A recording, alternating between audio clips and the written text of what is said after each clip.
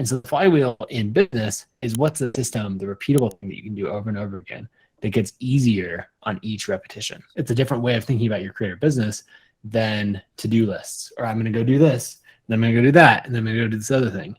It's saying, let me narrow in on what are the things that continually make me successful and feed one into the other. Let's say that I'm starting a podcast. I can have a flywheel around interviewing a guest, producing the podcast. I can look at the best nuggets of that podcast and use it to write an article, blog post, other types of content that's going to go out around that. And so the next part of the flywheel would be asking that guest to share the content, right? Hey, here's part of the interview.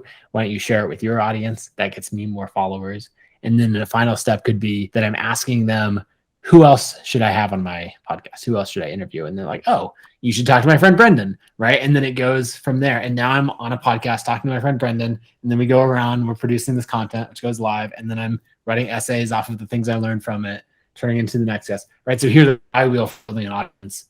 There's 1,000 things you could be doing, but you've chosen to narrow in on this flywheel and keep working it. And it gets easier every single time you do it.